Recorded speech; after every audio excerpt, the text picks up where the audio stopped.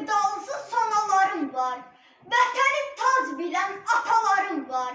Hər bir şəhid mənim öz qardaşımdır.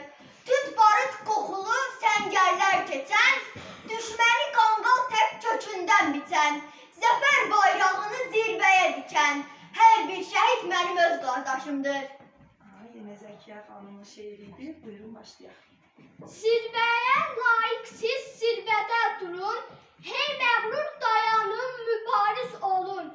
Zülmətli yollara gül ışıq salın, xüsusi təyinat hərbi qüvvələr, vətən xilaskarı ey mərd igidlər.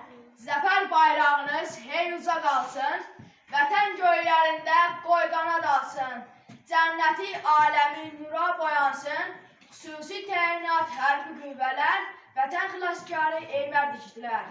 Görünməz qalanı sirli dumanlar, əməl dəftərini satdan pay alar. Anamın duası sizə yar olar, xüsusi təyinat hərbi qüvvələr, vətən xilaskarı ey mərd igidlər.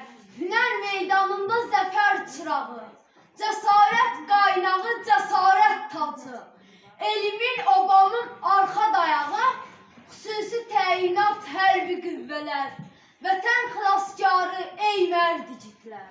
Allah dərgahında ucayıb tutun, odlar diyarına qol qanad olun, hər zaman var olun, tövbür olun, xüsusi təyinat hərbi qüvvələr, vətən xilaskarı ey mərd igidlər. Rəzil etdiğin kör sil yer üzündən, qalmasın əlamət düşmən izindən, qartal tək hədəf vurun gözündən, xüsusi təyinat hərbi qüvvələr, vətən xilaskarı ey mərd igidlər. Zəngilər çalınsın, nəğmə yalansın, səsimi küləklər dünyaya yaysın, düşmənlər məhv olsun, bağrı yarılsın, xüsusi təyinat hərbi qüvvələr, vətən xilaskarı ey mərd igidlər.